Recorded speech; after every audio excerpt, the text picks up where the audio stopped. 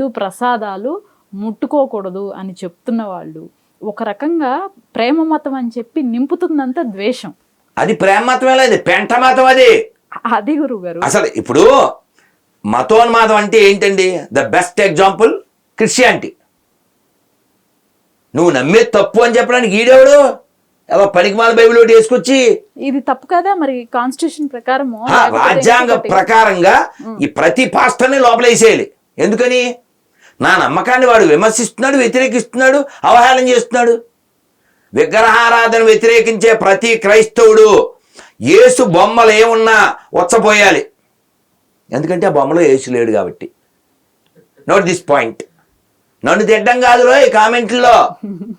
నన్ను తిడితే ఏమొద్దరా పిచ్చ, నేను యేసు కంటే చాలా గొప్ప మనిషిని, ఎందుకంటే నేను క్షమిస్తాను, వాడు క్షమించడు. ఒరే రాధమనోహర్, నువ్వు నిజమైన దేవుడితో పెట్టుకుంటున్నావు, నీకు ఉంటుందరా అని పెట్టాడు వాడు. ఒరే ఒక మనిషిని రా, మీరు ఇన్ని తిడితే మీరు బాగుండాలని కోరుకుంటున్నాను.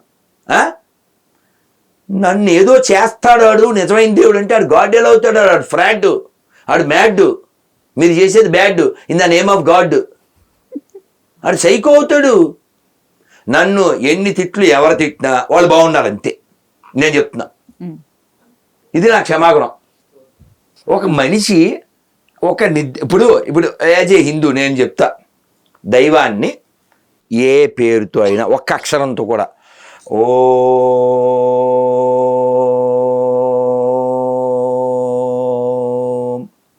ఒక క్రిస్టియన్ ఓ చిన్ని బాబుని తీసుకొచ్చి ఒళ్ళో పెట్టుకుని మీరు ఓ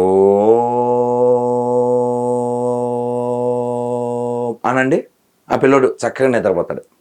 ఒక ముస్లిం చిన్ని బాబుని తీసుకొచ్చి ఒళ్ళో పెట్టుకుని ఓ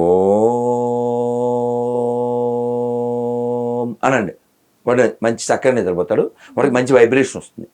ఓం యూనివర్సల్, అది మతానికి సంబంధించింది కాదు, కానీ గొర్రెలకి అది పట్టదనుకోండి వేరే కథ.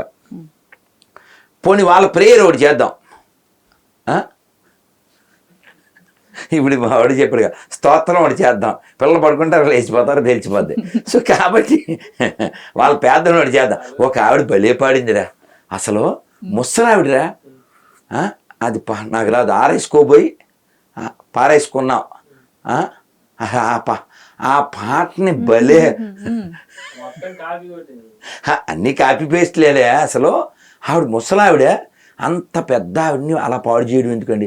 చక్కగా భగవన్నామం చేసుకుని రామనామం చేసుకోని ఏదో మూల కూర్చుని భజన చేసుకోవాల్సిన ఆవిడని ఆరేసుకోబోయి పారేసుకోబోయి పాటలో మళ్ళీ దేనికి పీసు కాదు. తెలిసిన డాడీ పాట విన్నారా? ఎన్నిసార్లు అయిపోయినాయి, క్రేజీ ఫెలోస్ అయిపోయినాయి. తెలుసును, ఫాదరు, డాడీ అన్నీ అయిపోయినాయి. ఏసే నా మొగుడు, ఆడే డాడీ ఆడే మొగుడు, కొత్తగా కొయ్ కొయ్ అని ఒక అది కూడా అయిపోయింది. అది కూడా అయిపోయింది. కొయ్ కొయ్ కోతలు కోయ్, కొయ్ కొయ్ కోతలు కోయ్. ఇదంతా ఇంకోటి మీరు గమనించలేదు. మీరు కావాలంటే గూగుల్లోకి వెళ్ళకూడదాం, అంటే ఊరికే మీకు అర్థం కావడానికి. ఆ పాట పాడిన వ్యక్తి పైన వీళ్ళందరూ కలిసి రివర్స్ కూడా అయ్యారు. ఈ పాస్టర్స్ అంతా కలిసి ఇతనికి రివర్స్ కూడా అయ్యారు ఆ గురవప్పకి. అవును.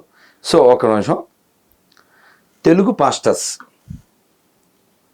అని పెట్టాను కదా, చూడే అమ్మ, ఊరికే ఫోటోలు వస్తే బెస్ట్ కదా, అయినా పర్లేదు వచ్చిందిగా. తెలుగు పాస్టర్లు అంటే 1 2 3 6 ఫోటోలు వచ్చినాయి అమ్మా, 6 7 వచ్చినాయి. ఇందులో 6 ఫోటోల్లో 4 కళ్ళజోళ్ళే. నువ్వు గమనించు, 6లో 4 కళ్ళజోళ్ళు. సతీష్ కుమార్ కావచ్చు, జాన్ వెస్లీ కావచ్చు, ఆ కొయ్ కొయ్ కావచ్చు, వీళ్ళు చాలా పవర్ఫుల్, గాడ్ నమ్మిన పవర్ఫుల్ పీపుల్ కదా. పెద్ద పెద్ద రోగాలు తగ్గించేస్తారు కదా. పెద్ద పెద్ద గడ్డలవి టచ్ గడ్డ పగిలిపోతుంటుంది, క్యాన్సర్ బాగైపోతుంటుంది. మొన్నైతే ఓ పాస్టర్ ప్రేయర్ చేసిన తర్వాత సంచి వచ్చింది. ఏ సంచి? గర్భసంచి. అది కింద కామెంట్ ఏంటి తెలుసా? ఒరే అది గర్భసంచా ప్లాస్టిక్ సంచా, అది కామెంట్. సో వీడికి ఏది పడితే అది వచ్చేస్తుంది. మరి కళ్ళజోడు లేకుండా వీడు ఎందుకు చదవలేకపోతున్నాడు?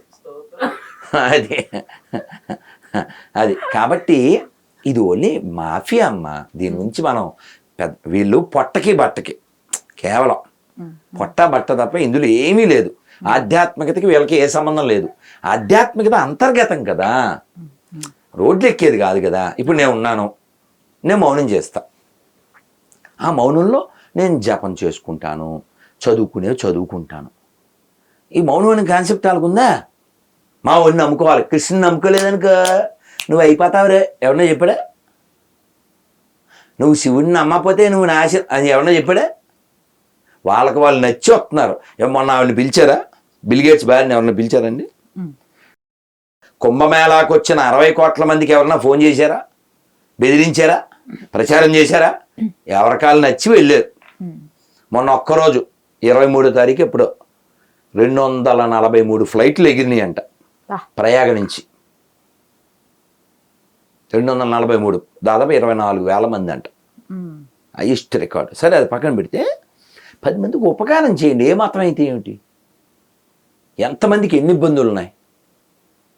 తిండి లేని తల్లులు ఎంతమంది, ఎంతమందికి ఎన్ని అవసరాలు ఉన్నాయి? నేను చెప్పగలను.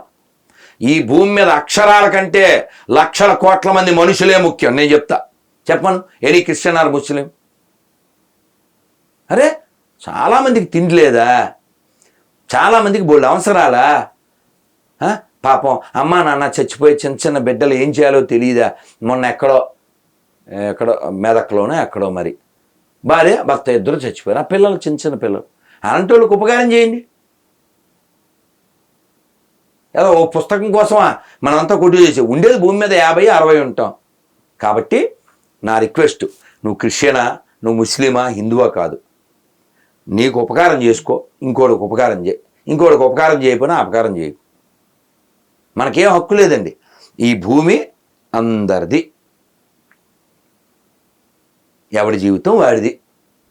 మన చేతు వేళ్ళే సమానంగా లేవు. అందరూ నీకు నచ్చినట్టు ఎందుకు ఉండాలి? అందరూ క్రిస్టియన్స్ అయిపోవాలా, అందరూ ముస్లిమ్స్ అయిపోవాలి? ఎందుకు అయిపోవాలి? ఎవడిష్టం వాడికి ఉండదా? ఎందుకు అయిపోవాలి? ఎవడో పుస్తకాల్లో రాసిస్తే అయిపోవాలా? ఏమైనా బుర్ర ఉందా? ఆలోచించరా మీరు? భూమి మీద అంతా హిందువులే ఉండాలి అని ఎవరన్నా అంటాడా? ఏమన్నా హ్యుమానిటీ ఉందా? సెన్స్ ఉందా? అదే 10 మందికి ఉపకారం చేయండి. మీరు దైవం అనుకునేవాడు మిమ్మల్ని బ్లెస్ చేస్తాడు. అందరినీ మా మతంలో మార్చేసి అప్పుడు బ్లెస్ చేస్తాడు వాడు. గాడ్డాడు. ఏ దైవాన్ని నమ్మనోడికి కూడా ఉపకారం చేయి. నేను చెప్తున్నా, దేవుడు లేడు అనేవాడికి కూడా ఉపకారం చేయి. అవసరం వస్తే చిన్న ప్రాణికి హెల్ప్ చేయి. అరే, ఒక గుర్రం ఏదో వేరే కంట్రీ, దానికి ఫుడ్ పెట్టారు, నోటితో తీసి ఇలా వేస్తుంది, పక్షులు వచ్చి తింటున్నాయి. అది కదా డివినిటీ, అది కదా హ్యుమానిటీ, అది కదా మొరాలిటీ. ఇంకో చోట కొంగ,